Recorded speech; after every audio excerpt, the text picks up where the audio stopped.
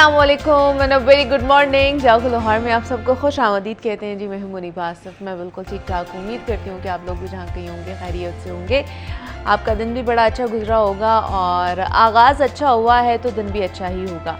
तो दिन के आगाज़ में एक अच्छी ख़बर के साथ कह लें, अच्छी मोटिवेशन के साथ में दिन का आगाज़ करते हैं। ये है कि ज़िंदगी में ना कामयाबी का वाहिद राज जो है वो मुसलसल मेहनत होती है।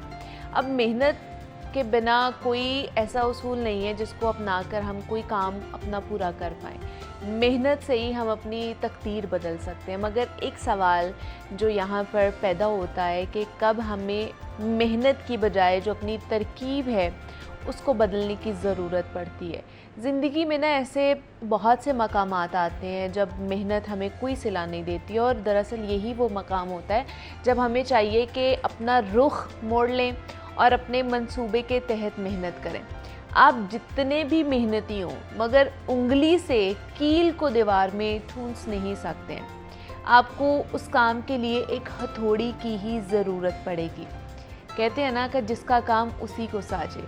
इसी तरह आपको ज़िंदगी में समझना चाहिए कि कब रास्ता और अपनी तरकीब जो है ना वो बदलने का वक्त हो चुका है। आप मेहनत करें मगर ऐसी जगह पर जहाँ पर उसका कुछ सिला मिलता हो और नताइज निकलते हों, मगर ना सारी मेहनत दीवार में सर मारने के मुतरादिफ होगी।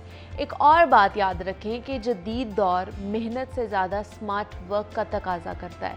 हालात को देखते हुए हम अपने मंसूबों को मुसलसल अपडेट करते रहें, क्योंकि यहाँ हर घड़ी जो है ना वो हालात बदलते हैं, चेंज हो रहे हैं। जब तक अपने अंदर आप लचक नहीं लाएंगे ना और वक्त के साथ वक्त के तकाज़ों के मुताबिक खुद को ढालेंगे नहीं तो हमेशा नाकामी का सामना करना पड़ेगा। और आप मेहनत रिश्तों पर कर रहे हो, तालीम पर कर रहे हो या फिर अपने करियर के लिए कर रहे हो, इस सुनहरी उसूल को याद रखें कि मेहनत तब तक फल नहीं देगी जब तक वो मुनासिब जगह पर नहीं की जा रही है, वो फिर ज़ाया ही होगी। अगर हाथों से कील ठोकने की कोशिश करेंगे ना तो आपके अपने ही हाथ ज़ख्मी होंगे और इसका कोई फ़ायदा नहीं होगा। इसलिए अक्लमंदाना तरीके से होश के नाखून लेते हुए मेहनत करें और ज़िंदगी में आला मकाम हासिल करने की कोशिश करें। और मेहनत वो भी करें जहाँ पे आपको पता चल रहा हो कि इस मेहनत का फल इन रिटर्न आपको मिलेगा, उसका नतीजा आपको मिलेगा जो आप चाहते हैं। तो बेफजूल की मेहनत, खाली मेहनत करने का कोई फ़ायदा नहीं है कि अगर उसका कह लें कि रिज़ल्ट ही आपके सामने नहीं आएगा।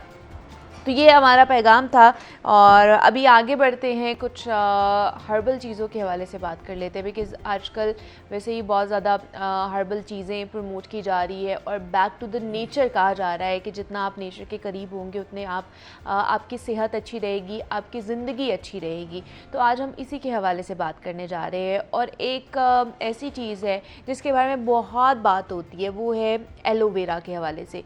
घरों में भी हमने उसको उगाया हुआ होता है, हम बाहर से भी लेकर आ रहे होते हैं।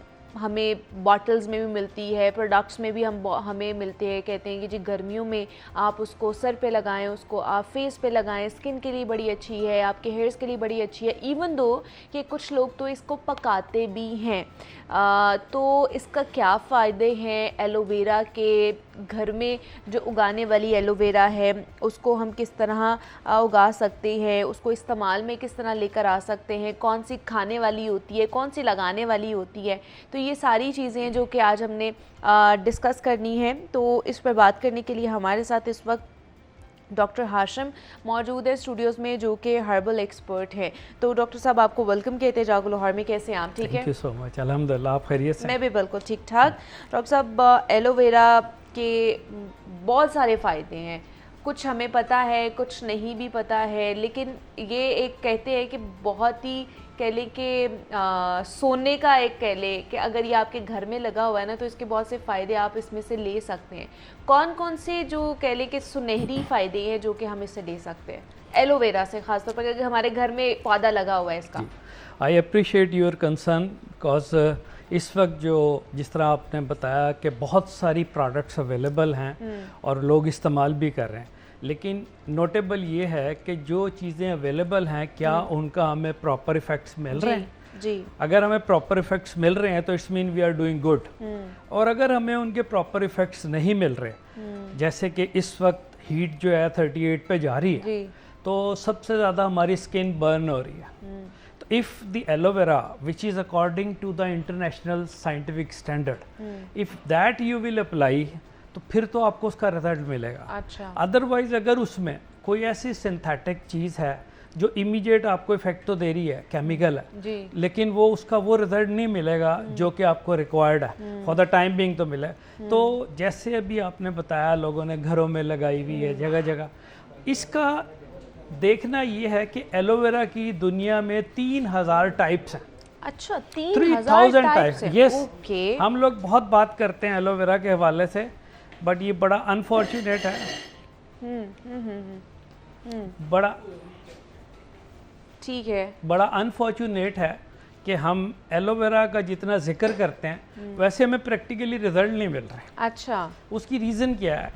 उसकी रीज़न ये है कि हमें इसकी जो साइंटिफिक स्टैंडर्ड हैं, इसकी मेच्योरिटी के, इसको प्रोसेस करने के और इसको अप्लाई करने के, उनसे हमें अवेयरनेस नहीं है। हम बात तो बहुत कर लेते हैं, हाँ। तो जो बट वी डोंट नो कि how to use. Yes of course, and what to use. Okay. If you have to confirm कि either it is original aloe vera or not. अच्छा। और ओरिजिनल एलोवेरा के 5 बेसिक क्राइटेरियंस हैं जो कि international aloe vera science council recommend करती है। अच्छा, तो क्या वो क्राइटेरियाज वो है जिससे हमें पता चले कि ये वाकई असल है, ओरिजिनल है? यस, वो ये है कि इसमें 2 चीज़ें बड़ी इंपॉर्टेंट हैं। इफ यू अच्छा। Allow me I would like या टू शो। श्योर। ये आप जब देखेंगी ना इसको, एलोवेरा के लीफ को, जी जी। इसमें आपको ये वाइट स्पॉट से, डॉट से नजर आ रहे हैं मैं हमें। मल्टीपल ठीक लेके है, आया। आप इस साइड पे थोड़ा सा करें ताकि हमारे कैम में हाँ जी। लोगों को भी ये नजर आ देखें, ये जाए। वाइट स्पॉट्स नजर आ जी। रहे हैं। ये बारबेडेंसिस मेलर है, अच्छा। जिसको 101 कहते हैं, ओके। और ये मेल प्लांट है। अच्छा। Okay. Okay. The second one, this is aloe vera barbadensis 110, अच्छा। which is female plant। और ये कैसे पता चलेगा? इसके ऊपर भी Yes। तो वाइट वाइट नहीं, वो है इसमें आप spots। ये देखें कि इसमें जो वाइटिश है वो इकट्ठा है। ओके। ये देखें इकट्ठा है, ये सेपरेट है, ये थोड़ा सा सेपरेट है। डॉट्स में ठीक है, और ये पूरा इसमें फुलफिल हुआ। ओके। और दूसरा ये कि इसी साथ अब ये घर में लगा हुआ एलोवेरा, इस पे कोई डॉट नहीं है। ठीक है। बहुत से एलोवेरा आपको मिलेंगे जो आपको शेप एलोवेरा की होगी, लेकिन वो कैक्टस की फैमिली होगी, अच्छा। बट वो एलोवेरा नहीं होगा। इट मीन्स कि ये जो ऊपर डॉट्स वाले हैं ये एलोवेरा है। Yes। मेल और फीमेल फॉर्म है Yes, उसकी। yes। वो वाले एलोवेरा नहीं है, नहीं वो है। कैक्टस की फैमिली में Yes। से आते हैं। वो एलोवेरा ओह। की हमें कहलाता ये जी एलोवेरा, हमें नजर आने में एक जैसा लगता है। ओके। ये ऐसे ही है जैसे हम नेचुरल लोग हैं, ये फीमेल है, हाँ, ये मेल है। हाँ जी, ये फलाने साहब हैं, जब तक हम उनको एक्नॉलेज नहीं करेंगे बाय नेम कि ये कौन साहब हैं जी, ये जैद साहब हैं, ये बकर अच्छा। साहब हैं, तो उस वक्त तक हमें कंफर्म नहीं होगा कि किस साहब से हमने बात करनी है। ठीक है। Number 1 point. Okay. Number 2 which is very very important, you have to see कि आपके पास जो एलोवेरा है उसकी एज कितनी है। अच्छा। इसको जो साइंस काउंसिल है वो इसकी मिनिमम 5 इयर्स कहती है कि ये अगर 5 इयर्स प्लांट है, 5 इयर्स एज का, फिर तो आप इसको प्रोसेस करें। ओके। अदरवाइज इसको जुवेनाइल यूज़ ना करें। इसका मतलब इसे छेड़ने की भी जरूरत नहीं है। छेड़ने की, आप उसको ग्रो ही नहीं करने दे रहे, आप उसको वहाँ पे काट रहे हैं जहाँ उसकी न्यूट्रिशन वैल्यू ही पूरी नहीं है। ओह। ठीक है। And the most important another thing which is you have to note it कि इसका टेम्परेचर बड़ा इम्पॉर्टेंट है कि आपने अगर दिन में अपनी फील्ड में से जी। इसको अगर दिन के 12 बजे कट किया, अच्छा। तो within half an hour you have to process in the room which must be on a 38 degree centigrade. अच्छा। वही टेम्परेचर लेवल होना चाहिए उसका जो सनलाइट में था, और with in half an our आप इसको प्रोसेस कर लें, फिर ये प्रोसेस हो गया और फिर ये नॉर्मल हो गया, क्योंकि ये नई शेप में आ गया। अगर आपने इसको पड़ा रहने दिया और पड़ा रहने के बाद आपने इसको यूज़ किया, तो इसके न्यूट्रिशन वैल्यू डिक्रीज होना शुरू हो जाए। और यूजुअली हमारे घरों में यही होता है कि हम एलोवेरा थोड़ा सा यूज करते हैं, इस तरह की हम लोग लेके आते हैं, आधी यूज कर ली, आधी हम लोगों ने फ्रिज में रख दी, ऐसे ही है। उसका जेल निकाल के कि हम कल यूज कर लेंगे, परसों यूज कर लेंगे, तो वो नहीं हमें करना चाहिए। ऐसे नहीं करना है, बिल्कुल भी नहीं। देखिए, आपको उसकी एज का ही नहीं पता, अच्छा। आपको उसकी टाइप का नहीं पता, या तो आपको कंफर्म हो ना ये बार्बेडेंसिस है जो कि रिकमेंडेड है। तो हम लोग यही कर रहे हैं ना, हम अवेयरनेस क्या दे रहे हैं कि हमारा ये ऑब्जेक्टिव है कि जो चीज़ पेशेंट को, किसी भी ह्यूमन को जाए, वो ऐसी चीज़ हो जो साइंटिफिक हो और उसको नेचुरल बेनिफिट्स दें। जैसे आपने अभी नेचर की बात की, अगर हम नेचुरल बेनिफिट नहीं दे रहे तो इसका मतलब ये तो वर्क ही नहीं करेगा, क्योंकि इसके दो बेसिक मोड ऑफ एक्शंस हैं। एक तो ये डिटॉक्सिफिकेंट है और दूसरा ये इम्यून मॉड्यूलेट करता है। ये दो इम्पॉर्टेंट चीज़ें होती हैं किसी भी चीज़ को यूज़ करने के लिए। अब इसका जो टाइम स्पैन है एलोवेरा के पौधे का, वो कितना होता है? देखें, इसको जो रिकमेंडेड साइंटिफिक है 5 साल की एज तो इसकी पूरी होनी चाहिए। ठीक है, वो तो है। इसके अलावा ये कितनी देर तक रह सकता है? ये तो 100 साल रहता है। अच्छा, इसकी यही है, इंसान की तरह लाइफ है इसकी। अगर आप इसकी केयर नहीं करेंगे ख़त्म हो जाएगा, अदरवाइज इसे लाइफ लॉन्ग 100 तो पक्की है। ये जो प्लांट आप देख रही हैं ना, ये वाला इसकी एज 100 साल से ज़्यादा है। अच्छा, ये मैं वही लेके आया हूँ जो स्पेसिफिक है 100 ईयर्स। क्योंकि और दूसरा ये कि आपने देखना है ये कि जहाँ पे ये कल्टीवेट हो रहा है, इसमें कौन सा फर्टिलाइज तो नहीं कोई यूज़ किया गया सिंथेटिक। ठीक है, इसमें कोई ऐसा तो नहीं है पानी जो कि ट्यूबवेल का आपने लगा दिया। आप इसमें नेचुरल फर्टिलाइज दें, लेक वाटर दें और आप इसकी प्रोटेक्शन पूरी करें। ठीक है, फिर आपको इसकी रियल रिजल्ट मिलेंगे। तो उसको बाकायदा चेक करना चाहिए कि जहाँ पे कहाँ पे ग्रो हो रहा है, क्या साइंटिफिक वैल्यूज हैं, कोई इसके ऊपर कोई बैक्टीरियल स्प्रे तो नहीं हुआ। अच्छा। इसको ज़रूरत ही नहीं होती। सही। बल्कि इसके गिरदो नवा में भी जो प्लांट लगे हुए होते हैं वो भी इफेक्ट नहीं होता। वाह जी वाह। अल्लाह ने इसमें anti bacterial, anti viral, anti अपना सारे इसमें ना एंटी इन्फ्लेमेटरी, ये सब इफेक्ट है इसके अंदर। अच्छा डॉक्टर साहब, कुछ पौधे होते हैं ना कि जिनको धूप की ज़रूरत होती है, कुछ को छांव में रखना चाहिए, कुछ को इंडोर हैं, कुछ आउटडोर होते हैं। तो ये वाला प्लांट हमें कहाँ पे रखना चाहिए? इसको धूप भी लगनी चाहिए, छांव भी लगनी चाहिए, क्या होना चाहिए? दोनों चीज़ें चाहिए। एटमॉस्फेयर किस तरह का होना चाहिए? देखें, मॉइस्चर इसका उसी वक्त मेंटेन रहेगा जब आप इसको मॉइस्चर वाले मोमेंटम में रखें। अच्छा, इसको सनलाइट भी चाहिए और इसको वाटर भी चाहिए।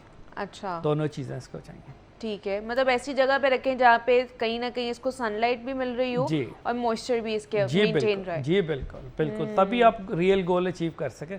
लाइक ए ह्यूमन, आप कुछ देर गर्मी में बैठे हैं, आप फिर हट गए तो आपने पानी पी लिया। सेम इसके बिहेवियर ह्यूमन है।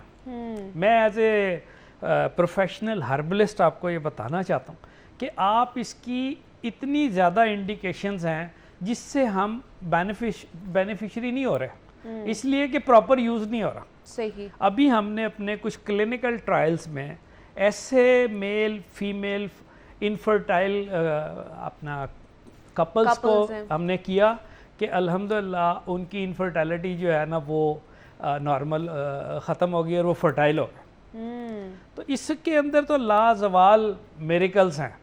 और कुछ जगहों पे पढ़ने को ये भी आता है कि तिब जो है वो एलोवेरा से शुरू होती है और एलोवेरा पे ख़त्म होती है। Okay, it's a big canvas पे है इसका। तो दो ही चीज़ें हैं बॉडी के लिए कि डिटॉक्सिफिकेशन, ठीक है, एंड इम्यून मॉड्यूलेशन। ठीक है जी। एलोवेरा के इतने ज़्यादा फ़ायदे हैं जिनके मुतालिक हम नहीं जानते थे, तो आज कुछ चीज़ों को हमने डिस्कस किया है कि कितना ज़रूरी है एलोवेरा, कि आप उसको अपनी स्किन के लिए भी यूज़ कर सकते हैं, बालों की टेक्सचर्स के लिए, उसकी हेयर ग्रोथ के लिए, नेल्स के लिए आपके बड़ा अच्छा है। दूसरा आपके डाइजेशन के लिए बहुत अच्छा है। एक और बड़ी इंपॉर्टेंट चीज़ है जो सबसे ज़्यादा फीमेल में और मेल में इनफर्टिलिटी कॉज कर रही है, वो आपके टूथपेस्ट हैं।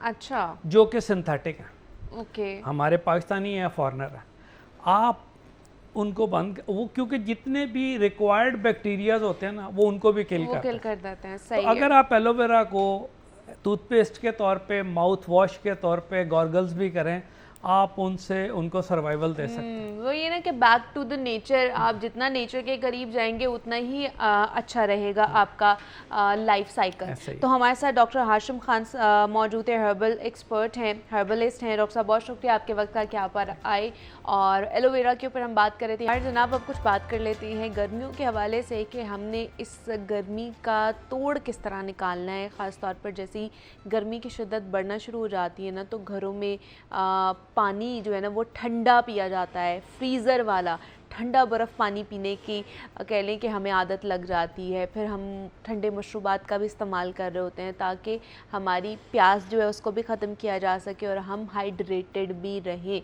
और ठंडक भी महसूस हो, गर्मी से भी बचा जा सके।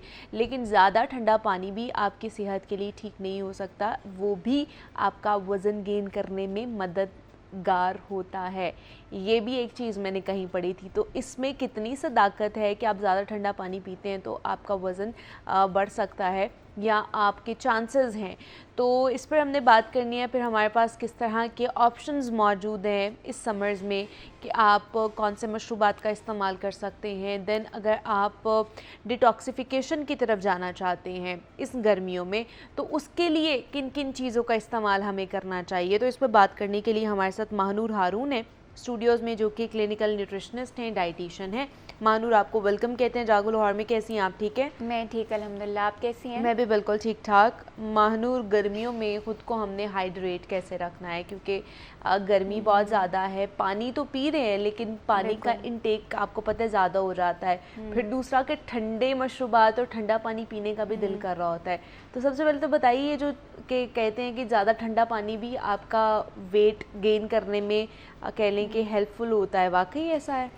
अच्छा, हम इसको ऐसे नहीं कह सकते कि ये वेट गेन कराता है, लेकिन हम ये कहते हैं कि जो रूम टेम्परेचर पे पानी होता है वो बेहतर होता है, बिकॉज जो रूम टेम्परेचर पे या जो नीम गर्म पानी होता है वो आपके मेटाबॉलिज्म के लिए अच्छा होता है। तो आपकी डाइजेशन ज़्यादा बेहतर तरीके से होती है, आपका मेटाबॉलिज्म फास्ट होगा, तो आपकी गट हेल्थ जो है वो बेहतर रहती है। सो हम इस तरह से इसको ले सकते हैं कि अगर आप रूम टेम्परेचर पे पानी लें वो आपकी गट हेल्थ के लिए, आपकी डाइजेशन के लिए ज़्यादा अच्छा है। ठीक है कि आप गर्म पानी पी रहे हैं या आप रूम टेम्परेचर पानी पी रहे हैं उसके लिए। तो हमने गर्मियों में ख़ुद को हाइड्रेट कैसे रखना है, क्या क्या ऑप्शंस हैं हमारे पास, किन चीज़ों का इस्तेमाल हम कर सकते हैं? मैं हमेशा ये कहती हूँ कि जब हम समर्स की बात करते हैं तो हमें अपनी डाइट को हम एक तो मॉडरेशन में चीज़ें रखें, बैलेंस डाइट होनी चाहिए। दूसरा ये कि आपकी हाफ़ ऑफ द प्लेट, अगर हम प्लेट इतना साइज़, अगर हम प्लेट का मीडियम साइज़ प्लेट का देखें तो हाफ़ ऑफ द प्लेट आपकी फ्रूट्स और वेजिटेबल्स होनी चाहिए।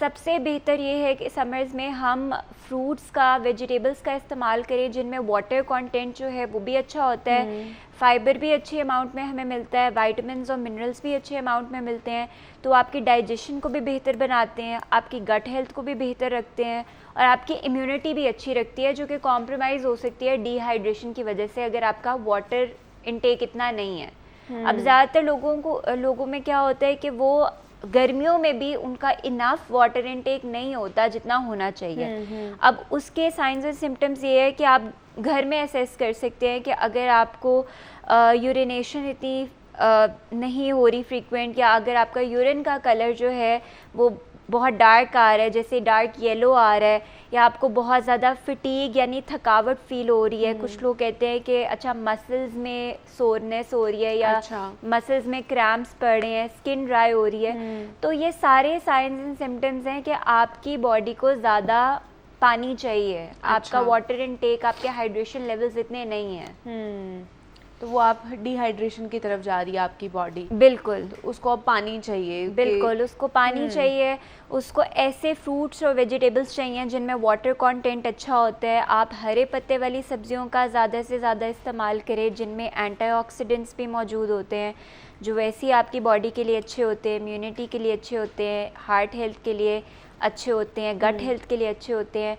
आप इस्तेमाल करें बेल पेपर्स का इस्तेमाल करें। अच्छा। उसमें विटामिन सी जो है वो बहुत अच्छी कंटेंट में मौजूद होता है। कुछ लोग कहते हैं अच्छा गर्मियाँ आई हैं, हमें एक्नी का मसला जो है या हेयर फॉल का मसला बहुत हो रहा है, तो वो भी हमारी गट हेल्थ से जो है वो रिलेटेड होता है या हाइड्रेशन लेवल से रिलेटेड होता है। अगर आपकी इतने हाइड्रेशन नहीं है, बॉडी हाइड्रेटेड नहीं है, या अगर आपकी गट हेल्थ जो है वो कॉम्प्रोमाइज़ है, वो भी एक्नी की तरफ लेकर जा सकती है।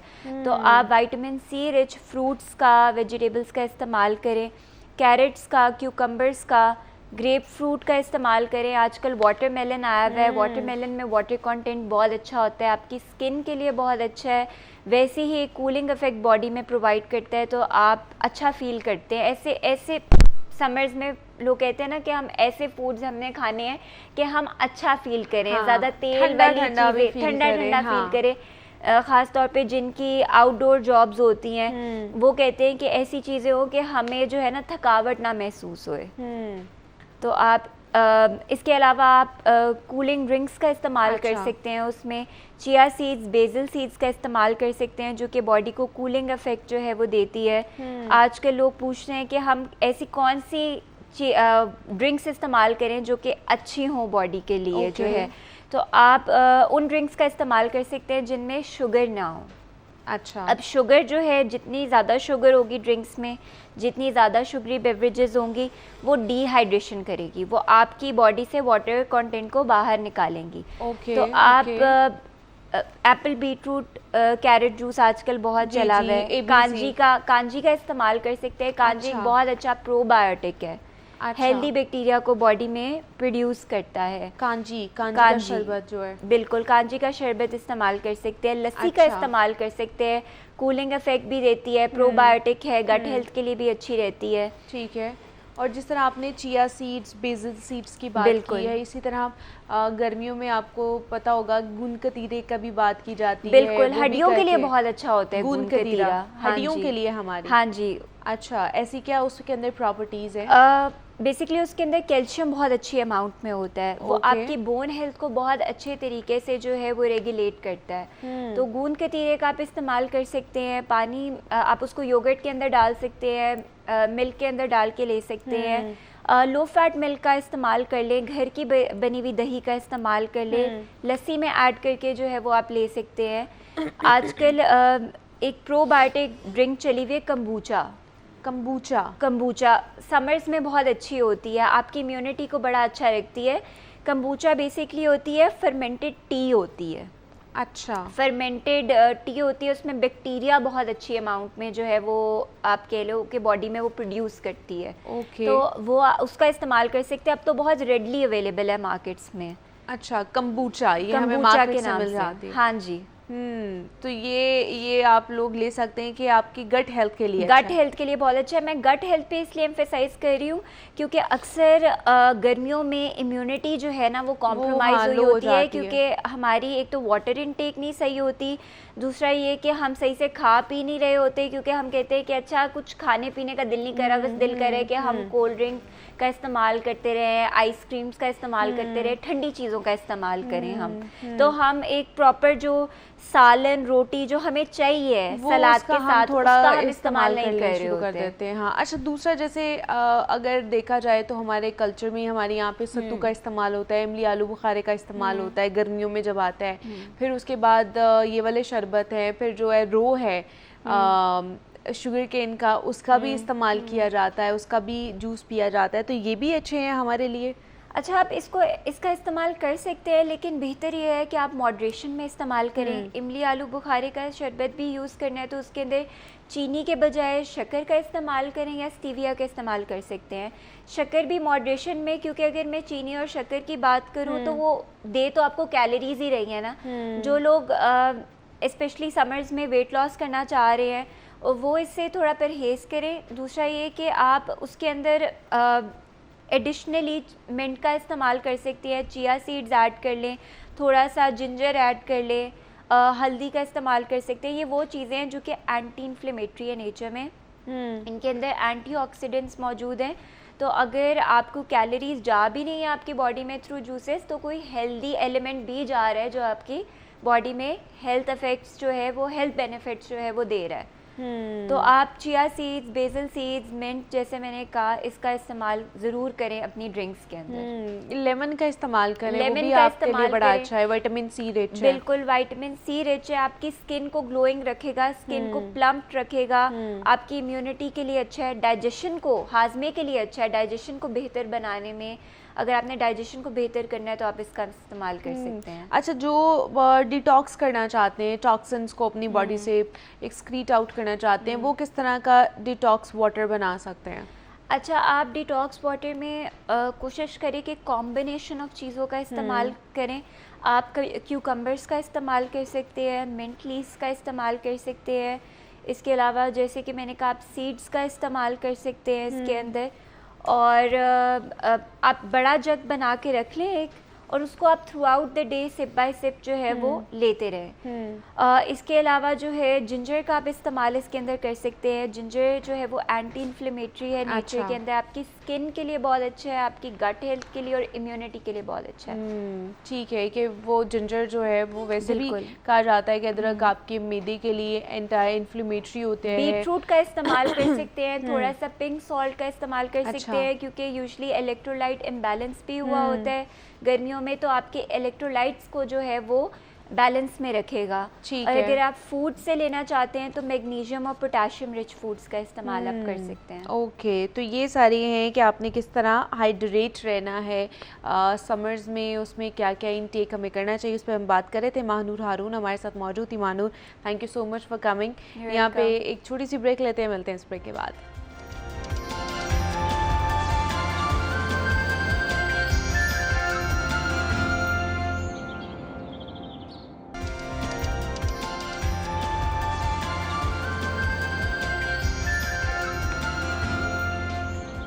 वेलकम बैक टू जागो लाहौर। जनाब, हम डेंड्रफ के हवाले से बात कर रहे हैं और उसके ट्रीटमेंट्स के हवाले से डॉक्टर अरीज हमारे साथ मौजूद हैं।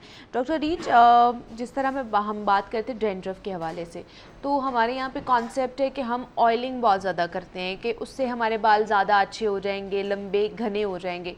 तो जिनको डेंड्रफ का मसला है, स्कैल्प का, ये जिनकी ऑयल बहुत ज़्यादा प्रोड्यूस हो रहा होता है, उनको भी ऑयलिंग करनी चाहिए ज़्यादा या नहीं करनी चाहिए? देखिए, ऑयलिंग अक्सर लोगों को ये लगता है कि ऑयलिंग डेंड्रफ का सोल्यूशन है, ठीक है, कि हम वो उसको, क्योंकि आपको टेम्परेरी तौर पे क्या होता है कि वो आपको बैठी हुई नज़र आती है, आपको लगता है चाहिए तो मतलब चली गई है, तो वो आप बेसिकली उसको सप्रेस कर रहे हैं, उसको सोल्यूशन नहीं है। अच्छा, अगर तो आप हैवी ऑयल्स इस्तेमाल कर रहे हैं जिसमें आपका ऑलिव ऑयल आ जाता है, कैस्टर ऑयल आ जाता है, मस्टर्ड ऑयल आ जाता है, ये तेल अगर आप इस्तेमाल कर रहे हैं तो वैसे भी आपका खुश्की का मसला बढ़ेगा, क्योंकि वो आपके पोर्स को क्लॉग कर देगा, ठीक है। अगर आप ऑयलिंग करना चाहते हैं जो डेंड्रफ के हवाले से, तो फिर वो कोकोनट ऑयल, बीच में बहुत थोड़ा सा टी ट्री ऑयल, अच्छा, टी ट्री ऑयल आपके, अगर आप सोल्यूशन की तरफ जा रहे हैं तो वो डेंड्रफ का हल भी है। लेकिन कभी भी आप ऑयलिंग करें तो ये जहन में रखें कि 2 घंटे से ऊपर आपने नहीं करनी है। हम तो ओवरनाइट लगा के रखते हैं सरों आप में। सोचें अगर हमने मुंह दिया हुआ है ऑयल के कंटेनर में तो हम सांस कैसे लेंगे? पोर्स भी चाहिए, उनको हवा चाहिए। तो आपने 2 घंटे से ऊपर नहीं लगाना, उसका कोई फायदा नहीं है, उल्टा नुकसान शुरू हो जाएगा। अच्छा, ठीक है, मैक्सिमम 2 आवर्स। हमारे बड़े बुजुर्ग तो कहते हैं भाई हम तो 3-3 दिन छुट्टियां बना के रखते थे ऑयल करके, उसकी वजह से देखो हमारे बाल कितने खूबसूरत घने लंबे बाल है, तुम लोग के तो बाल ही नहीं है कुछ। देखिए, होता ये कि जैसे जैसे आपका वक्त गुजरता है, आपकी कुछ चीज़ें होती हैं जो कि आपके माहौल के हिसाब से चेंज हो रही होती हैं। उस वक्त में पोल्यूशन का ये आलम नहीं था, पोल्यूशन नहीं था, मिलावट वाली डाइट नहीं होती थी, खालिस डाइट होती थी। आप ये देखना, ना फैक्ट्रीज थी, ना गाड़ियाँ थी, ना इस तरह के मसले थे कि अब ये सारी चीज़ें आपने किसी सरफेस पे आप ऑयल लगा दें, ठीक है, आपने एक दिन के बाद देखना है कि वहाँ पर क्या क्या जमा हुआ है। वो सब कुछ आपके सर पे भी जमा होगा, ठीक, क्योंकि जाहिर आप देखिए उसी के साथ सो रहे हैं, 10 जगह पे आपका सर लग रहा है, तो वो जहाँ जहाँ से जो डर्ट है वो सब की सब उसके साथ अटैच हो जाएगी। तो ये आपका सोल्यूशन नहीं है, ठीक है। तो अगर आप ऑयलिंग करना भी चाह रहे हैं, टी ट्री ऑयल और कोकोनट ऑयल, लाइट वेट जो ऑयल्स है वो उनके साथ आप कर सकते हैं, और सिर्फ 2 घंटे, इससे ज़्यादा। अच्छा, 2 घंटे, और हफ्ते में कितने दिन लगाएं? 2 से 3 दफ़ा इज़ मोर देन इनफ। देखिए, आपका मकसद बेनिफिट लेना है ना, ठीक है, आपने सिर्फ वो तो नहीं है कि आपने पूरा करना है कि जी मैंने ऑयलिंग कर ली, तो बेनिफिट के लिए इतना बहुत काफ़ी है कि आप जो वॉश करने से 2-3 घंटे पहले लगा लें, that is more than enough. तो ये जो डेंड्रफ से कहते हैं जी बाल गिरना शुरू हो जाते हैं, ये क्या वजह है? देखिए, डेंड्रफ जो आपका पोर है बेसिकली, आपका जहाँ से फॉलिकल निकलना है, ठीक है, अगर आपकी स्कैल्प की क्वालिटी अच्छी नहीं है तो आपका बाल कभी ना ठहरेगा ना अच्छा होगा। ओके, ठीक है। और अगर आपको डेंड्रफ है तो हम बहुत सारे ट्रीटमेंट, क्या तकरीबन सारे ट्रीटमेंट भी मना कर देते हैं। पीआरपी आपके लिए काम नहीं करेगी, अच्छा, ठीक है, आपके लिए एक्सोसोम्स काम नहीं करेंगे, कोई प्रोसीजर, इवन हम हेयर ट्रांसप्लांट भी नहीं करते अगर आपको डेंड्रफ है, क्योंकि आपका हेयर ट्रांसप्लांट भी नहीं टिकेगा। ओह माय गॉड, कि इतना बड़ा डिजास्टर है जिसको लोग नहीं समझते। डेंड्रफ जिसको है उसका हेयर फॉल नहीं रुक सकता। ओह माय गॉड, ठीक है, that is one of the major cause. आपने सबसे पहले अपनी डेंड्रफ को रूल आउट करना है। हमारे पास जब भी पेशेंट्स आते हैं हेयर फॉल के, सबसे पहली चीज़ जिसको हम रूल आउट करते हैं वो डेंड्रफ होता है। ठीक है, क्योंकि उसमें आपके कॉन्टैक्ट डर्मेटाइटिस भी है कि आपको प्रोडक्ट्स की वजह से हो रहा है, बाद कुछ शैम्पूज की वजह से भी हो रहा होता है, कुछ लोग कंडीशनर स्कैल्प पे लगाना शुरू कर देते हैं, उसकी वजह से भी होता है। स्कैल्प पे आपने कंडीशनर ही मास्क आप लगा सकते हैं, अच्छा, लेकिन आप कभी भी कंडीशनर को स्कैल्प पे नहीं लगाएंगे, वो आप अपने नीचे यानी यहाँ से जो बाल है, हाँ यहाँ से जो नीचे जितने बाल हैं उन सब पे आप लगा सकते हैं। और उसके अलावा यही होता है कि अगर फर्ज करें आप शेयरिंग कर रहे हैं किसी ऐसे बंदे के साथ, जिस तरह कॉम्स या आपके टॉवल्स, ये ऐसी चीज़ें जो आपने किसी के साथ शेयर नहीं करनी, हेयर ब्रशेस वगैरह, जो कि कॉमनली घर के अंदर आदत ये होती है कि जी सब वही इस्तेमाल कर रहे होते हैं। घर में क्या लड़के तो ये होता है कि कहीं पे भी चले जाएं, जहाँ उनको कपड़ा नज़र आ जाए तो वो कर लेते हैं, तो ये कोई अच्छी ऑप्शन है, क्योंकि जो उसको, क्योंकि इट इज़ इन्फेक्शन, ठीक है, आपकी ये अगर फंगल इन्फेक्शन है, किसी बंदे को फंगल इन्फेक्शन, तो वो आपको ट्रांसफ़र होगी। यस, तो ये चीज़ें आप अवॉइड करें। ठीक है, अगर आपके जिस तरह मेल हैं वो हेलमेट्स यूज़ कर रहे हैं, तो कोशिश करें कि उन्हें धूप में रखें, ठीक है, जिस वक्त आपने इस्तेमाल करें, क्योंकि वो उसके अंदर मॉइस्चर जो है ना वो ना रहे, जो पसीना वगैरह उसके अंदर है, ज़ाहिर है रोज़ आपके लिए धोना उसको पॉसिबल नहीं है, लेकिन अगर आप हफ्ते 10 दिन के बाद उसको वॉश करवा लें किसी सर्विस स्टेशन से या घर पे आपके लिए पॉसिबल है, लेकिन एटलीस्ट रोज़ उसको खुली हवा में धूप ज़रूर लगवाएं। ठीक है, इसी तरह कैप्स का इस्तेमाल अगर आप कम कर सकते हैं तो वो बेहतर है, या ये कि उसकी ड्यूरेशन को आप कम कर लें अगर आपकी मजबूरी है तो। और अगर आप जो बच्चियाँ स्कार्फ वगैरह ले रही होती हैं, वो ज़ाहिर है उनके लिए काफ़ी प्रॉब्लम होती है, तो उसमें ये कि सैलिसाइलिक एसिड जो है वो आपके जो बहुत ज़्यादा जिनकी ऑयल आ रहा होता है, प्रोड्यूस हो रहा होता है, वो उसको काफ़ी हेल्प करता है। तो आप हफ्ते में 1 से 2 बार इस्तेमाल कर सकते हैं। इवन टी ट्री ऑयल भी आप कर सकते हैं। तो उसकी वजह से जो ऑयल बहुत ओवर प्रोड्यूस हो रहा है वो भी ज़रा कम हो जाएगा। नहीं होगा, मतलब ये रिकमेंडेशन सबके लिए है। यस यस यस, इसके लिए डॉक्टर से कंसल्ट करना फिलहाल ज़रूरी नहीं है। ये बिल्कुल, ये 100% सेफ है। मैं कोई भी ऐसी चीज़ जो मतलब ज़रा सा भी उसमें होना, वो मैं नाम भी नहीं लेती हूँ, क्योंकि हमारे लोगों ने फ़ौरन पहुँच जाना होता है वो। उसके लिए फिर आपको अगर फ़र्ज़ करें कि रेडनेस बहुत ज़्यादा है, ख़ास तौर पे, या कहीं पर ऐसे पैचेस बने हुए हैं जहाँ पर आपको लग रहा है कि बहुत हार्ड किस्म के फ्लेक्स हैं, तो आपने डॉक्टर के पास जाना है। अच्छा, फिर आपको ओरल मेडिसिन भी चाहिए। ठीक है, इसके लिए आपको साथ ओरल मेडिसिन भी रिक्वायर्ड होती है। अगर आपको ऑन एंड ऑफ ये मसला रहता है या आपकी फैमिली में रन करता है, तो आपका केला शैम्पू, ये जेनेटिकली भी हो सकता है। Yes, oh my God. ठीक है, तो आपके इसमें फिर आपके 3 चीज़ें आ रही होती हैं। आपके टॉपिकल स्प्रेज आ रहे होते हैं, ठीक है, साथ आपकी ओरल मेडिसिन होती है, और उसके अलावा शैम्पूज होते हैं। ठीक है, अगर आपका मसला पुराना है और फ्रीक्वेंट है और फैमिली में रन करता है, तो फिर आपको डॉक्टर के पास जाना है। फिर आपको डॉक्टर से कंसल्ट करना ही करना है। अदरवाइज जैसे डॉक्टर साहिबा ने बताया है कि आप टी ट्री ऑयल यूज़ कर सकते हैं, उसके बाद सैलिसिलिक एसिड जो है ना वो क्लिनजिंग के लिए, स्कैल्प की क्लिनजिंग के लिए यूज़ कर सकते हैं। अगर आपका थोड़ा बहुत डेंड्रफ है या स्कैल्प आपका ऑयली रहता है कि एक दिन आपने वॉश किया अगले दिन ऑयली हो गया, तो उसके लिए, वरना इससे ज़्यादा है तो फिर you have to consult a doctor. तो सर में खुश्की क्यों हो जाती है, डेंड्रफ अगर वर्सन हो जाए तो क्या क्या प्रॉब्लम्स हो सकती हैं आपको, उसके ऊपर हमने डिस्कशन किया। डॉक्टर अरीज खालिद हमारे साथ मौजूद थी, कंसल्टेंट फेशियल एस्थेटिक्स हैं। डॉक्टर साहिबा बहुत शुक्रिया आपके वक्त का कि आप आई, इसके ऊपर हमारे साथ बात की आपने। जनाब, कुछ पंजाब हुकूमत के हवाले से बात कर लेते हैं। मेट्रो बस सर्विस पर माजी में और आज तक भी लागत और जो सब्सिडी है उसके बावजूद जितनी तनकीद हुई है, उसके बरक्स ये आम आदमी के लिए सफ़र और सहूलत का बाइस है। रोज़ाना 2.5 से 3 लाख तक मुसाफिर एक से दूसरी जगह इस पर सफ़र करते हैं। अब इस अहमियत से किसी को इनकार नहीं है, लेकिन दूसरी जानिब जिन बसों पर मुसाफिर सफ़र करते हैं उनकी हालत काफ़ी ख़राब होने लगी है। कुछ बसेस के एसी ख़राब हैं या ठीक से काम नहीं करते हैं, और फिर स्टेशंस पर ना तो वॉशरूम्स ठीक है, ना ही एक्सीलेटर्स जो है वो ठीक है, और अब रही सही कसर जो है वो भिखारी माफिया ने भी पूरी कर दी है। बसों में भीख मांगने वाले अफराद तवातुर से सफ़र कर रहे हैं और अपना कारोबार खूब चमका रहे हैं। बस का कारोबार चले ना चले, उनका कारोबार खूब चमक रहा है। अब सवाल ये है कि जिस बस सर्विस के नाम पर चचा ने 2013 के इलेक्शन में खूब कामयाबी समेटी थी, उन्हीं की भतीजी यानी मेरी मुराद मरीम नवाज शरीफ से है, उनके दौर में मेट्रो बस सर्विस की हालत ख़राब हो रही है। क्यों ख़राब हो रही है? एक साइड पर आप जो है ना वो ट्रांसपोर्ट सिस्टम को मज़ीद बेहतर करने के हवाले से काम कर रहे हैं, इलेक्ट्रिक बसेस भी आ रही है, लेकिन जो ऑलरेडी जो जाल बिछा हुआ है ट्रैफिक के हवाले से, या जो हमारा इंफ्रास्ट्रक्चर है या पब्लिक ट्रांसपोर्ट है, वो ख़राब होता जा रहा है। तो एक आप नया सिस्टम लेकर आ रहे हैं, पीछे आपको पता ही नहीं है कि जो है ऑलरेडी उसको भी तो सस्टेनेबल बनाना है ना, वो अगर ख़राब हो जाएगा तो फिर तो फ़ायदा नहीं है। तो इस पर बात करते हैं कि जो चचा का मंसूबा था वो अब हालत उसकी ख़राब होती जा रही है, तो क्या इसके ऊपर कोई काम होगा नहीं होगा, इस पर बात करने के लिए ज़ैनुल आबिदीन है, नुमाइंदा लाहौर न्यूज़, उन्होंने हमें ज्वाइन किया है। ज़ैन, आपको वेलकम कहते हैं जागो लाहौर में, कैसे हैं आप? ठीक हैं? अच्छा हूँ मैं, आप बताएं। मैं भी बिल्कुल ठीक ठाक। जैन, क्या सूरत हाल है? एक तरफ नया इंफ्रास्ट्रक्चर लेकर आ रहे हैं, ट्रांसपोर्ट सिस्टम को हमने बेहतर बना रहे हैं, दूसरी तरफ जो ऑलरेडी है हमारे पास सिस्टम वो ख़राब होता जा रहा है, वो नाकारा होता जा रहा है, बहुत सारे लूप होल्स उसमें आते जा रहे हैं, उसका कोई बंदोबस्त नहीं करना है हमने। मुनीबा, जिस तरह अभी आप बता रही थी इस पेट्रो बस के हवाले से कि रोज़ाना 2.5 लाख मुसाफिर सफ़र करते हैं, क्या क्या मसाइल हैं, इन मसाइल, ये एक अरसे से मसाइल चलते आ रहे हैं। अच्छा। बुनियादी तौर पर मेट्रो बस के मसाइल का आगाज़ 2018 से हुआ, जब ऐवानों में तब्दीली आई और बुज़दार सरकार ने पंजाब में हुकूमत संभाली और उसके बाद मेट्रो बस मुसलसल नज़रअंदाज होती रही।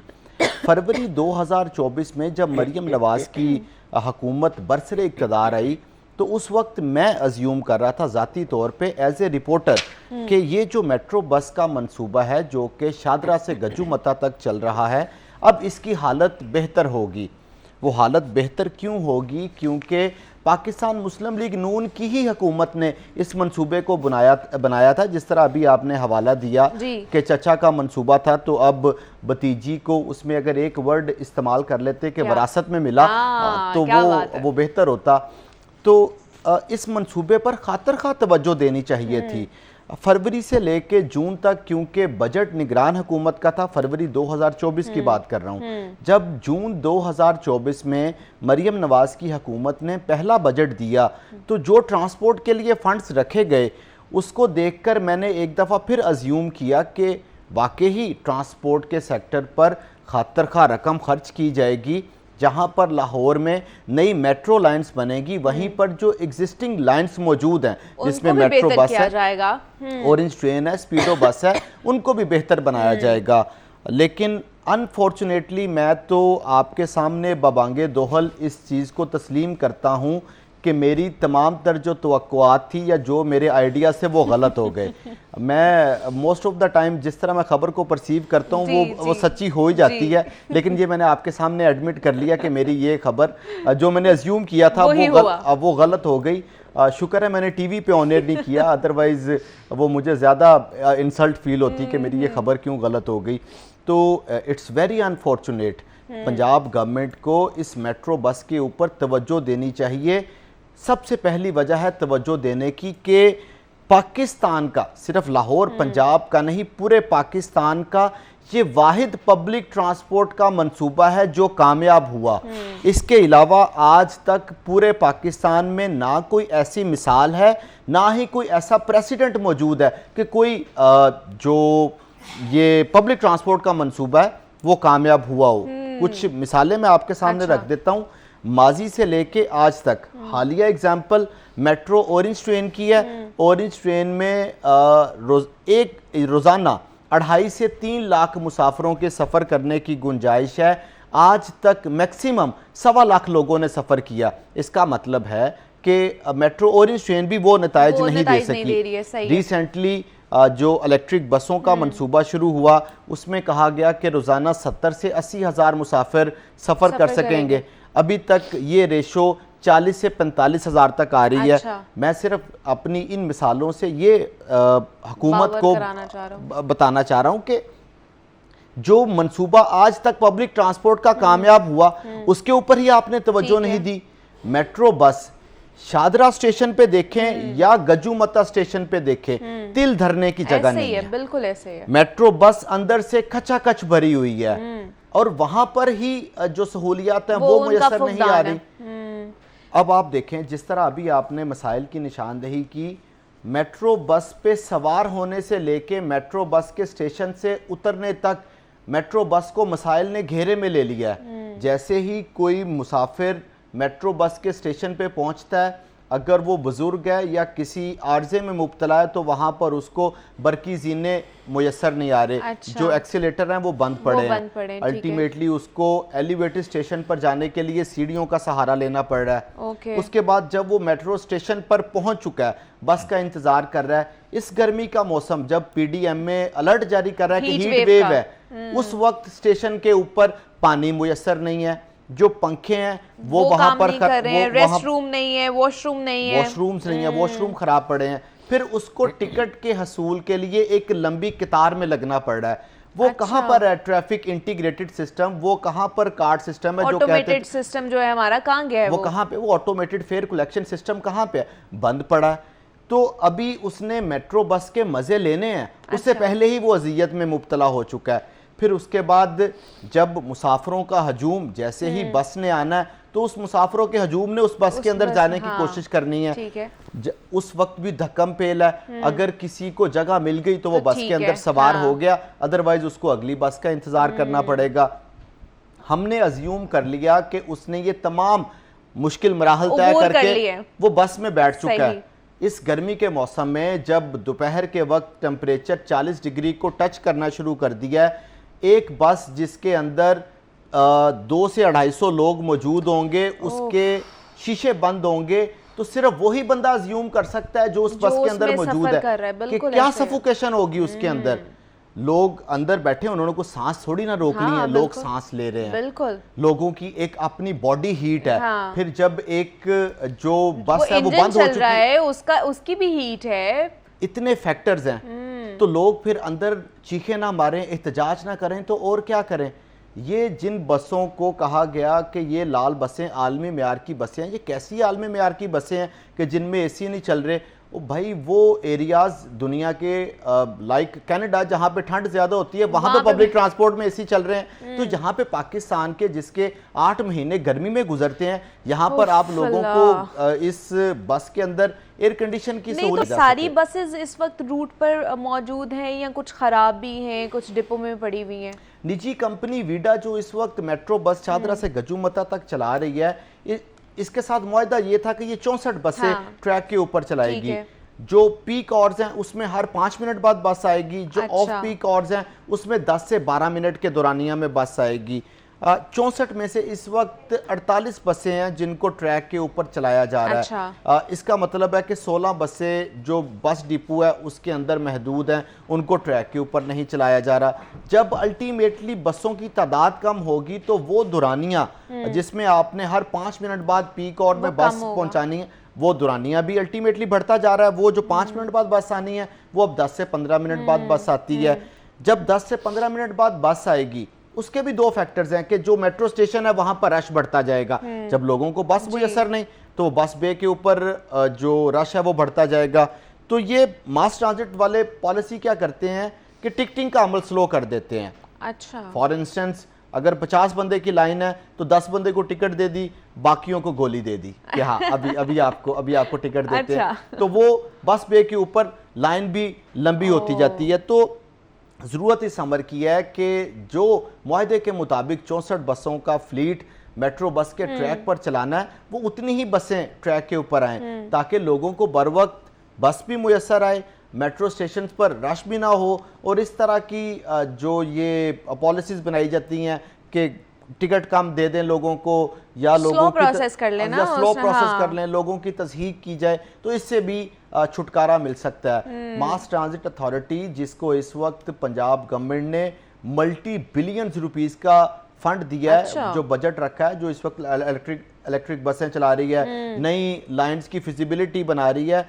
तो ज़रूरत इस अमर की है कि जो पहले से लाइनें मौजूद हैं, ये ग्रीन लाइन मौजूद है मेट्रो बस, जो ऑरेंज लाइन मौजूद है, जो स्पीडो बस मौजूद है, इनकी हालत को पहले बेहतर बनाया जाए। जो एग्जिस्टिंग इंफ्रास्ट्रक्चर है, देखें $1.62 बिलियन ऑरेंज ट्रेन पर लगे हुए हैं। 2011 में 30 अरब रुपया इस मेट्रो बस पे लगा है, जब डॉलर की कीमत 96-97 रुपए थी। आज के हिसाब से देखा जाए तो यही मेट्रो बस की लागत 80 से 85 अरब रुपया बनती है।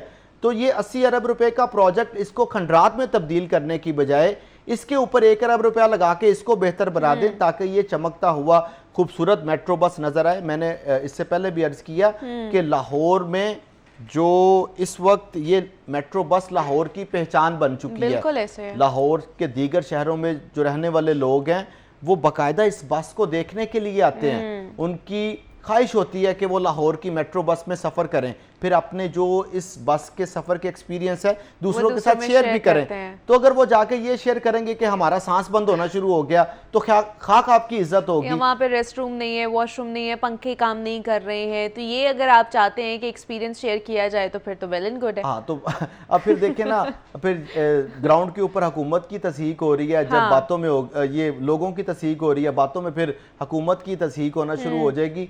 तो दोनों चीज़ों से बचा जाए, आवाम की बेहतरी के लिए मेट्रो बस सर्विस को बेहतर बनाया जाए। तो एक तो उर्दू वाला सफ़र कर रहे हैं, दूसरा इंग्लिश वाला भी सफ़र कर रहे हैं वहाँ पर, तो उस हवाले से हम बात कर रहे थे। ज़ैनुल आबिदीन हमारे साथ मौजूद थे। ज़ैन, बहुत शुक्रिया आपके वक्त का। ब्रेक लेते हैं, यहाँ पे मिलते हैं इस ब्रेक के बाद।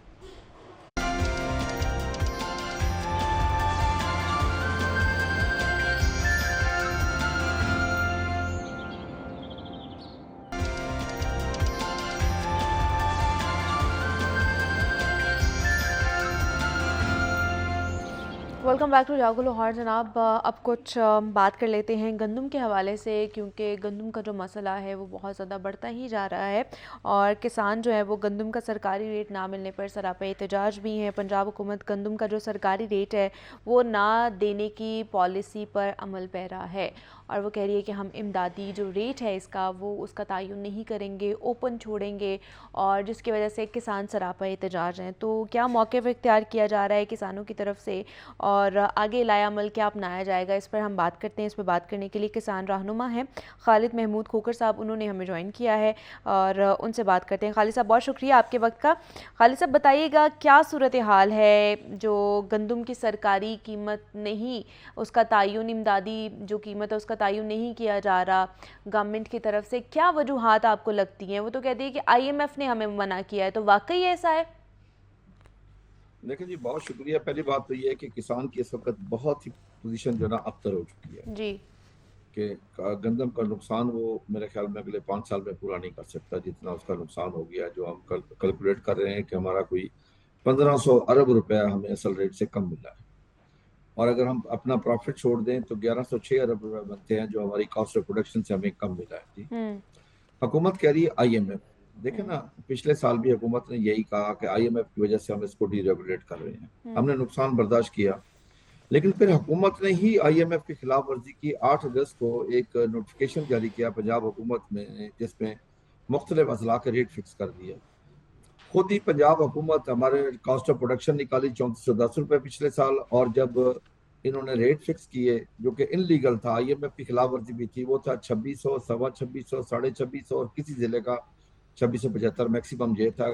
यानी बावलनगर में हमारे दो काश्तकारों की 2800 पे बिकी, उनके ऊपर FIR दर्ज हुई कि आपने ज्यादा रेट पे क्यों बेची।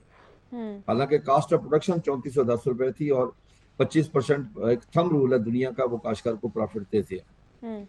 इस वक्त हमारी आज भी कास्ट ऑफ प्रोडक्शन 3400 रुपए है, लेकिन आज हमें जो रेट मिल रहा है वो 2000 रुपए है। गंदम तमाम फसलों का इंजन है जी। गंदम बेहतर होगी, उसका रेट अच्छा मिलेगा तो अगली फसलें बेहतर होंगी। उसका सबूत ये है, हमें 2 साल पहले 3900 अच्छा रेट मिला जिसमें हमारा 25% प्रॉफिट शामिल था, तो हमने आपको डिलीवर किया कि अगले साल आपके जो पिछले साल ग्रोथ आई एग्रीकल्चर की वो 6.25 है। पिछले साल अगर हमें रेट नहीं मिला तो बिलियन ऑफ डॉलर की इस मुल्क की मैशत को नुकसान हुआ है कि 1.1 पे आ गई है जी आपकी ग्रोथ, यानी कि माइनस में चले गए। अब ये मुल्क कैसे चलेगा? अब काश्तकार के पास पैसे नहीं है, अगली फसलों पे कैसे खर्च करेगा? ऊपर बजट आ रहा है, उस हम बजट से भी खौफ लेकिन हुकूमत कह रही है ना, पंजाब हुकूमत कह रही है कि हम किसान पैकेज भी आपको दे रहे हैं, किसानों को दे रहे हैं, फिर वो जो स्टोरेज का मसला है वो भी आपकी गंदम स्टोर कर देंगे, फिर उसका ये कि 70% जो है वो पहले ही किसानों को दे दिया जाएगा। पहली बात तो ये है कि जो EWR के सिस्टम के तहत जो गंदम लेके स्टोर करेंगे वो इस वक्त काश्तकार की ये गंदम स्टोर नहीं कर सकते। परसों मीटिंग थी पंजाब एग्रीकल्चर कमीशन की, तो उसमें सेक्रेटरी साहबान भी थे, मिनिस्टर भी थे, उन्होंने अपने मुंह से तस्लीम किया कि ये 3 महीने लेट इन्होंने काम शुरू किया। अच्छा, खुद तस्लीम किया, हमने उनसे तस्लीम करवाया इस वक्त जो काश्तकार से उससे वहां पे एक दाना भी खरीद करके नहीं रख सकते। अगर खरीदेंगे तो कोई फ्लोर मिल वाला रखेगा, कोई बड़ा बैंकर रखेगा, कोई पैसे वाला रखेगा, अरबपति खरबपति को रखेगा, काश्तकार कर नहीं रख सकते। इसका काश्तकार को कोई फायदा नहीं है। फिर आ जाए पैकेज के ऊपर। पैकेज क्या है? 15 अरब रुपए। मैंने तो उसका पोस्टमार्टम किया 15 अरब रुपए का, वो 27 रुपए मन बनता है। मेरा लॉस नुकसान जो है इस वक्त मुझे असल रेट से 1900 रुपए फी मन कम मिल रहा है। तो उसमें अगर मुझे 27 रुपए मिल जाए तो मैंने तो हाथ जोड़ के वो 27 रुपए वापस किए हैं कि मुझे खैरात नहीं चाहिए। देखिए मैं मोहतरमा आपको बताऊं कि काश्तकार से ज्यादा वजहदार कोई नहीं है दुनिया में। दुनिया की बात कर रहा हूँ। काश्तकार नैब खुदा है, अल्लाह का दिया और इसके जमीन का सीना चीर के अल्लाह की मखलूक तक पहुंचाता है। काश्तकार तो बांटता है पूरी दुनिया में, उसको चरिंद परिंद हर चीज खाती है, उसे खैरात नहीं चाहिए। उसे अपनी प्रोड्यूस का रेट चाहिए और जायज रेट चाहिए। मैं नाजायज रेट की बात नहीं कर रहा। काश्तकार ने कभी मुनाफाखोरी नहीं की। जब गंदम हमारी 2200 थी तो वो 2200 वाली गंदम मिडिल मैन ने खरीद के 6000 रुपए कर दी, उसमें काश्तकार शामिल नहीं था। आप यकीन कर लें, काश्तकार ने कभी ऐसा काम नहीं किया। काश्तकार तो मुहिब्बे वतन है, वो अपनी जमीन का टुकड़ा उठा के किसी दूसरे मुल्क में मुंतकिल नहीं कर सकता। उसका जीना पाकिस्तान में, मरना पाकिस्तान में, औलाद इधर, जदाद इधर, तालीम इधर, सियत इधर, उसका ईमान भी इधर है। मैं आपके प्रोग्राम में एक चीज और बात करना चाहता हूँ कि ये जो अभी जारहियत है इसमें हम गंदम भी भूल गए जो इंडिया इस वक्त कर रहा है। हम गंदम भी भूल गए, अपने सारे इशू भूल चुके हैं इस वक्त। आज आप यकीन कर ले, मैं सबसे पहले मैं इंसान होने के बाद मैं पाकिस्तानी हूँ जी। इस वक्त मुझे अपने मुल्क की इस आबी जारहियत के खिलाफ हम तमाम काश्तकार हम अपने पाक फौज के साथ खड़े हैं और हमारे एक एक किसान को फौजी समझे, एक एक किसान को हम हर तरह से तैयार हैं इस अपने मुल्क की खातिर। क्योंकि इस वक्त जो मुल्क जिस हालात से गुजर रहा है, यकीन कर लें कि मैं कल का जब ये वाक़या हुआ है उसके बाद मैं अपनी गंदम, अपने इशू, अपनी कास्ट ऑफ प्रोडक्शन में हर चीज़ भूल गया हूँ उस वक्त। क्योंकि सबसे पहले हमारा मुल्क है हमारे लिए। इस मुल्क ने हमें आज़ादी दी, आज़ादी से सांस लेने की हमें दी। ये मुल्क हमारे लिए कुदरत की बहुत बड़ी नेमत है, बहुत बड़ी नेमत है। और इस तरीके से जो पानी का इंडिया हमारे साथ कर रहा है, देखे ना, बदकिस्मती है हमारे मुल्क की। मैं माजरत के साथ कहूँगा कि हम आपस में पानी से लड़ रहे हैं और वो एक हिंदू ने खड़े होके हिंदुस्तान ने हमारा पानी बंद कर दिया है। ये लड़ते रहे आपस में, नहरों के ऊपर लड़ाई हो रही है, काला बाग डैम के ऊपर लड़ाई हो रही है। और भाई काला बाग डैम बनने देते तो आज हम रोते तो ना कम से कम।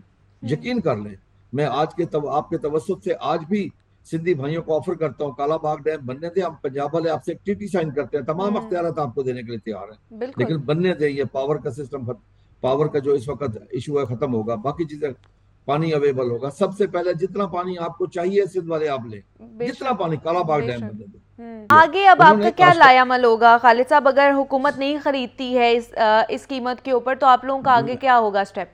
मैं लाहेअमल मैंने हम लोगों से सीखा है कि क्लर्क हड़ताल करता है तो वो कलम छोड़ हड़ताल करता है, ताजर करता है तो शटर डाउन करता है, सनतकार करता है तो इंडस्ट्री बंद करता है जी। हमारे पास इसके अलावा और कोई चारा नहीं कि हम अपनी ज़राअत में कमी लेके आए, गंदम की काश में कमी लेके आएंगे, बाकी फसलों की मैं आपको बता चलूं कि सबसे बड़ा हमें जो इशू लग रहा है, गंदम तो चली गई, अगली फसलों का हम क्या करेंगे? आज मक्की वाले काश्तकारों को रात को नींद नहीं आ रही, इसलिए कि फीड मिलों ने गंदम खरीद कर लिया, वो मक्की का रेट नहीं देंगे।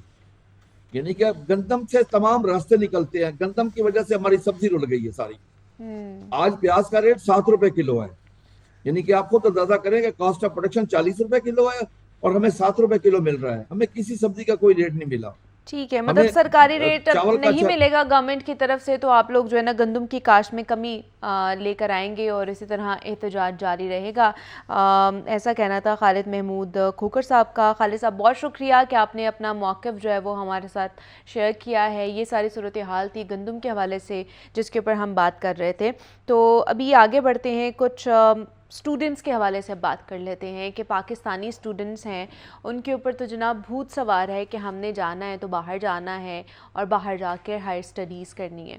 तो अब अपॉर्चुनिटीज़ भी आती हैं, बहुत से स्टूडेंट्स हैं जो उन अपॉर्चुनिटीज़ को कह लें कि ख़राब भी कर लेते हैं, कुछ ऐसी चीज़ों की वजह से, कुछ डॉक्यूमेंटेशंस की वजह से जो उनको पता नहीं चलता, कुछ माइनर सी गलतियाँ होती हैं जिसकी वजह से उनका वीज़ा रिजेक्ट हो जाता है। फिर उन्हें पता नहीं होता कि उन्होंने टाइमली किस तरह कौन सी सी जगह पर उन्होंने एप्लीकेशन देनी है, या कहाँ पर वो स्कॉलरशिप्स के लिए अप्लाई कर सकते हैं। तो ये सारी चीज़ें जो आज हमने डिस्कस करनी है कि कौन से ऐसे ममालिक है जहाँ पर आप वीज़ा ले सकते हैं, आसानी से आपको मिल सकता है, स्कॉलरशिप्स पे आप जा सकते हैं, स्टडी वीज़ा के लिए जा सकते हैं, PR के लिए आप कर सकते हैं। तो उस पर हम बात करते हैं। उस पर बात करने के लिए हामिद नबील हैं, वीज़ा कंसल्टेंट हैं, उन्होंने हमें ज्वाइन किया। हामिद, आपको वेलकम कहते हैं रागो लाहौर में। कैसे हैं आप? ठीक है आप? अल्हम्दुलिल्लाह, thank you so much miss Muniba for inviting. Hamid, Pakistani students वो कहते हैं जी हमने जाना है तो बाहर ही जाना है हायर स्टडीज़ के लिए, तो क्या क्या ऑप्शंस हैं पाकिस्तानी स्टूडेंट्स के लिए, किन किन ऑप्शंस को ऑप्ट कर सकते हैं for higher studies? Okay, for now अगर पर्टिकुलर देखा जाए तो फर्दर स्टडीज़ के लिए डेफिनेटली हर बच्चे का एक ड्रीम है कि he wants to go for the abroad. तो जो कंट्रीज़ हैं स्कॉलरशिप दे रही हैं उसमें फ़र्स्ट ऑफ ऑल जर्मनी है, इटली है, उसमें शेंजन जोन में मल्टीपल कंट्रीज़ आ रही हैं इंक्लूडिंग जापान आ रहा है। उसके बाद चाइना हमें अपॉर्चुनिटी प्रोवाइड कर रहा है। इन द सेम टाइम हमें USA एक अपॉर्चुनिटी प्रोवाइड कर रहा था पहले, अच्छा, बट फॉर नाउ अब द तो सिचुएशन थोड़ा गोना सा क्वाइट बहुत चेंज। मसला हो गया, थोड़ा नहीं बहुत मसला हो द गया। यू ग्रेड को ना हाँ। क्लोज्ड, उन्होंने थोड़ा सा अपना cost effective point of view से इसको क्लोज किया है। मल्टीपल मेथड्स चलती हैं मार्केट में कि अच्छा। जी just because of Pakistani students it's gonna closed. तो चीज़ें ऐसे नहीं हैं, चीज़ें टोटली थोड़ी सी डिफरेंट हैं। अच्छा, वो अपनी कॉस्ट इफेक्टिवनेस के पॉइंट ऑफ व्यू से ट्रम्प की पॉलिसी है somehow they gonna closed undergrad program, जिसमें होता ये था कि लास्ट सेमेस्टर जिन बच्चों का चल रहा होता था पाकिस्तान में, they can apply for the U grad program और Okay. अल्टीमेटली वो वहाँ जाके अपने लास्ट सेमेस्टर को कंप्लीट करते थे। वो कल्चरल जो ट्रांसफ़र एक एक्सचेंज प्रोग्राम था उसके पॉइंट ऑफ व्यू से ये बेसिकली चीज़ें चल रही थी। But somehow now it's closed. In the same time अभी हमारे पास अपॉर्चुनिटी स्टिल अवेलेबल हैं ओके, जर्मनी में, इटली में, चाइना में। अच्छा, in the same time UK, USA, Australia global exchange program है, ग्लोबल ग्रेड प्रोग्राम है, ग्लोबल स्कॉलरशिप प्रोग्राम्स उनके स्टिल चल रहे हैं। बट दोज जिन बच्चों की अच्छी ग्रेडिंग्स हैं, अच्छी प्रोफाइल्स हैं, दे कैन अप्लाई फॉर दिस। अच्छा, अल्टीमेटली उनको किसी के पास जाने की ज़रूरत नहीं है, दे can apply bye their own self. Okay. वो खुद भी अप्लाई कर सकते हैं। तो अभी है उनके पास अभी चांस है, Definitely, या definitely. कब इस साल में कब चांस बनेगा? आप देखें कि स्वीडन की एम्बेसी स्टार्ट हो रही है Okay. सिंस 9 अप्रैल 2025 से पाकिस्तान में इस्लामाबाद में, और स्वीडन एक अच्छी अपॉर्चुनिटी है। अच्छा। इवन के स्वीडन में ये भी है अपकमिंग प्रेडिक्शन के Sweden gonna become a research hub for the world. Okay, तो टेलीकॉम से हों, इंजीनियरिंग रिलेटेड पीपल हों, IT रिलेटेड पीपल हों, मेडिकल प्रोफेशनल्स हों, दे कैन गो देयर और वो अपनी आगे से रिसर्च कंप्लीट कर सकते हैं, फर्दर स्टडीज़ कंप्लीट कर सकते हैं with the minimum investment. This is not something like they have to spend a lot of money. In the same time, Germany ने रिसेंटली एक अमेंडमेंट की है ठीक है, जिसमें उन्होंने बड़ा क्लियरली बता दिया कि अब जो अपॉइंटमेंट्स का इशू था वो जर्मनी काउंसलेट खुद हैंडल करने लगी है। अच्छा, लॉगरिथम के अकॉर्डिंग लोगों को अपॉइंटमेंट्स मिलेंगी एंड जर्मनी जाना अब आसान हो गया somehow अच्छा, as compared to previous one. थोड़े से हर्डल्स थे पहले, but now the situation is under control. Germany consulate अपने एंड पे ही चीज़ों को टेक केयर कर रही है। ठीक है। अब जैसे जितनी चीज़ें आपने हमें बताई हैं, या जो कंट्रीज़ आपने हमें बताई हैं, जी, जी। इन सारी कंट्रीज़ में इजीली स्टूडेंट्स को वीज़ा मिल जाएगा, या इनमें से भी कुछ ऐसी हैं जो हमें प्रायोरिटाइज करनी चाहिए? अल्टीमेटली ये जो सब ऑप्शंस मैंने आपके साथ हाँ। डिस्कस किए हैं, they are very limited options. Okay, even कि अगर कोई बच्चे की अच्छी ग्रेडिंग है यहाँ पर और वो KSA में जाके रिसर्च करना चाह रहा है, तो सऊदीया भी हमें अपॉर्चुनिटी दे रहा है। अच्छा, दुबई बेस्ड यूनिवर्सिटीज़ हैं जो हमें अपॉर्चुनिटीज़ दे रही हैं और जिसमें फ्री ऑफ कॉस्ट है ओके, कि आपने सिर्फ यूनिवर्सिटीज़ को रीच आउट करना है थ्रू द ईमेल्स। आप उनके साथ अपनी ग्रेडिंग शेयर करें, अपने ट्रांसक्रिप्ट्स, अपनी डिटेल में मार्कशीट शेयर करें। आप उनको बताएं कि आपने क्या innovative, basically they need creative innovative minds. अच्छा, उनको थोड़े से क्रिएटिव लोग चाहिए जो इनोवेशन में उनकी हेल्प कर सकें।